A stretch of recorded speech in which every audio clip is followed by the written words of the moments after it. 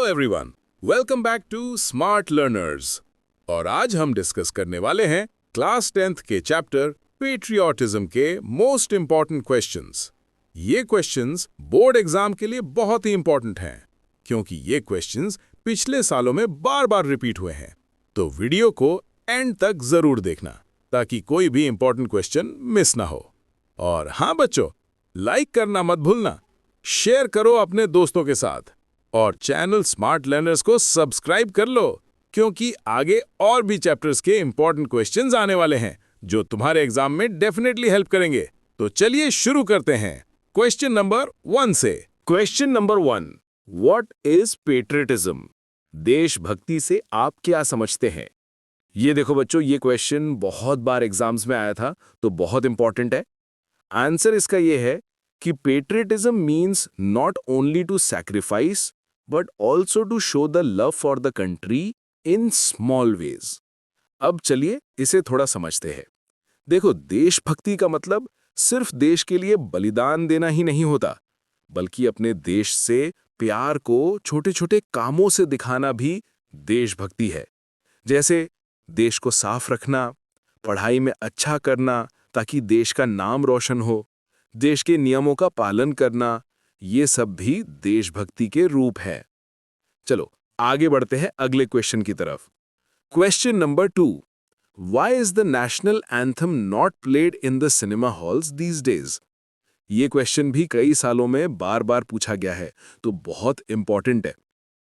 Answer इसका ये है, the government took the decision that the national anthem should not be played in the cinema halls because the people used to leave the hall midway, laughing, shouting and creating a racket, which is an insult to the national anthem.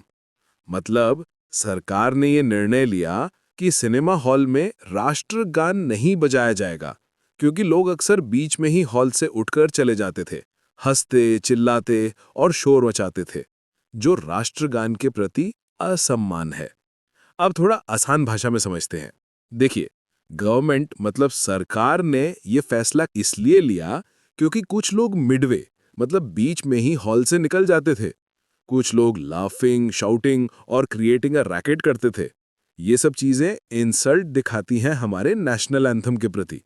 इसलिए अब cinema hall में राष्ट्रगान नहीं बजाया जाता, ताकि उसकी गरिमा यानी रिस्पेक्ट और डिग्निटी बनी रहे। तो सिंपल वर्ड्स में, रिस्पेक्ट करना भी एक तरह की देशभक्ति है। चलो आगे बढ़ते हैं अगले क्वेश्चन की तरफ। Question number 3, why did Nanaji take Ajit and Naina to Himapat? देखो बच्चों, ये क्वेश्चन भी कई बार रिपीट हुआ है, तो ये बहुत ही इंपॉर्टेंट क्वेश्चन है। आंसर है, Nanaji took Ajit and Naina for a picnic to Himapat and tell a true story of patriotism. So they decided to spend the day there and return by night. नानाजी अजीत और नैना को पिकनिक पर हिमापात ले गए, जहां उन्होंने देशभक्ति की एक सच्ची कहानी सुनाई। उन्होंने वहां दिन भर रुककर शाम को वापस आने का निश्चय किया। अब चलो इसे आसान भाषा में समझते हैं। देखो, नानाजी अपने पोते अजीत और नैना को हिमापाट पिकनिक पर लेकर गए थे। वहां उन्होंने उन्हें पेट्रियोटिज्म यानी देशभक्ति की एक सच्ची कहानी सुनाई, और उन्होंने वहां दिन भर रुककर शाम को वापस आने का प्लान बनाया। तो सिंपल वर्ड्स में, Nanaji wanted to teach them the real meaning of patriotism in a fun way. यानी नानाजी चाहते थे कि वो देशभक्ति का सही मतलब मजेदार तरीके से समझाएं। अब यहां पर एक छोटी सी बात, ऐसे ही क्वेश्चंस एग्जाम में बार बार रिपीट होते हैं, तो अगर तुम इन्हें अच्छे से याद कर लोगे ना, तो एग्जाम में फुल मार्क्स मिलेंगे। और हाँ बच्चों, अगर वीडियो अच्छा लगा हो तो लाइक करो, शेयर करो और चैनल को सब्सक्राइब कर लो, क्योंकि आगे और भी इंपॉर्टेंट क्वेश्चंस आने वाले हैं हर चैप्टर से, जो बोर्ड एग्जाम 2025 के लिए सुपर यूजफुल होने वाले हैं। Question number 4, why did Akash decide to settle down in India? What does it show about his character? देखो बच्चों, ये क्वेश्चन एग्जाम में कई बार आ चुका है, इसलिए ध्यान से सुनना बच्चों। Answer, Akash decided to stay in India because his country spent thousands of rupees on his education and he wanted to repay that debt. It shows his love, devotion and respect towards his country. उसने अपने देश के प्रति अपना कर्ज चुकाने के लिए भारत में रहने का निर्णय लिया। ये उसकी देशभक्ति और समर्पण को दर्शाता है। अब सिंपल वर्ड्स में समझते हैं। देखो, आकाश ने डिसाइड किया इंडिया में ही रहने का, क्योंकि उसका कहना था कि देश ने उसकी पढ़ाई पर बहुत पैसा खर्च किया है, तो वो चाहता था अपनी नॉलेज से अपने देश का कुछ बदला चुकाए। यही होती है ट्रू पेट्रियोटिज्म। उसका ये डिसीजन उसके लव, डिवोशन और रिस्पेक्ट को दिखाता है अपने देश के लिए। चलो, अब कुछ हार्ड वर्ड्स के मीनिंग देख लेते हैं। सेटल डाउन, बस जाना या रहना शुरू करना। रीपे, वापस चुकाना। डेट, कर्ज। डिवोशन, समर्पण। पेट्रियोटिज्म, देशभक्ति। सो बच्चों, आकाश ने हमें सिखाया देश के लिए सोचना भी एक महान सोच है। तो बच्चों, इस वीडियो का लास्ट क्वेश्चन है जो बहुत इंपॉर्टेंट है, और ये क्वेश्चन 10th बोर्ड के एग्जाम के लिए बहुत ही इंपॉर्टेंट है। देखो, इस चैप्टर पेट्रियटिज्म में से ये क्वेश्चन बार बार रिपीट हुआ है। 2018, 2019, 2022 और 2024 के पेपर में भी आया था, तो इसको इग्नोर बिल्कुल मत करना। मैं बार बार कह रहा हूं, ये वीडियो एक बार नहीं, बार बार देखो और सुनकर याद करने की ट्राई करो। लिखने की जरूरत नहीं है, क्योंकि सुनकर समझने वाली मेमोरी सबसे पावरफुल होती है। क्वेश्चन है, how did the villagers express their gratitude to the service provided by आकाश?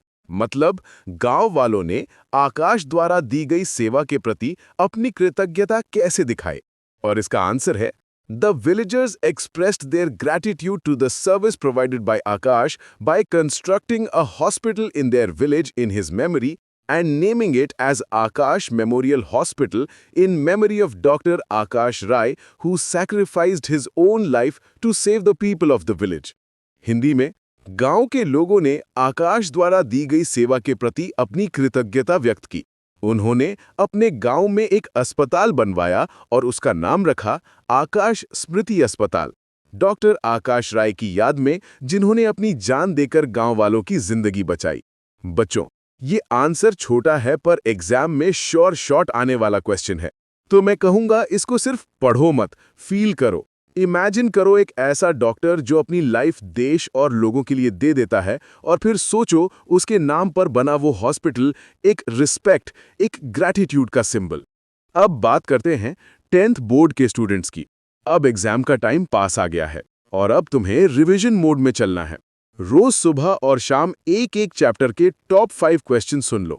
ऐसा करते रहो, तुम्हारा पूरा सिलेबस याद हो जाएगा। बस सुनो, समझो और याद करते जाओ।